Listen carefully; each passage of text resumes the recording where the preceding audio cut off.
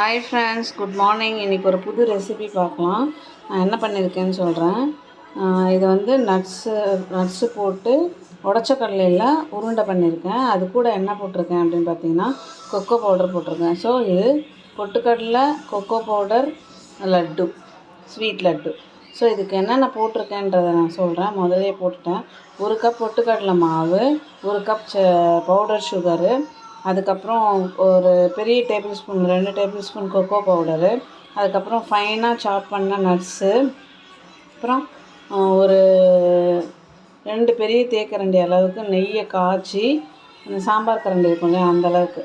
So நெய்யை காய்ச்சி ஒரு 50 கிராம் கிட்டே இருக்கும். அந்த நெய்யை காய்ச்சி இதில் ஊற்றி கொஞ்சம் கொஞ்சமாக பிசைஞ்சிக்கணும். ஸோ பிசையும் போது எப்படி வரணுன்னாக்கா, நம்ம இப்படி பிடிச்சோன்னா லட்டு பிடிக்கிற அளவுக்கு வந்துச்சுன்னா நமக்கு வந்து கரெக்டான கன்சிஸ்டன்சியில் இருக்குதுன்னு அர்த்தம். ஸோ இந்த மாதிரி இருக்கும்போது நம்ம லட்டு பிடிச்சி எடுத்து வச்சுக்கலாம். ஸோ இந்த ஸ்நாக்ஸ் வந்து நம்ம வீட்லேயே ஹெல்த்தியாக பண்ணி தருவோம். அதுவும் இல்லாமல் இதில் கொக்கோ பவுடர் இருக்கிறதால நம்ம குழந்தைங்களுக்கும் ரொம்ப பிடிச்சி சாப்பிடுவாங்க, அந்த சாக்லேட் டேஸ்ட் இருக்குன்றதால. ஸோ இது பேர் என்ன அப்படின்னு பார்த்தீங்கன்னாக்கா, உடச்சக்கடலை கொக்கோ பவுடர் லட்டு. ஸோ ரொம்ப ஈஸியாக செஞ்சிடலாம். நம்ம ஸ்நாக்ஸ் பாக்ஸ்க்கும் இதை பேக் பண்ணி கொடுக்கலாம்.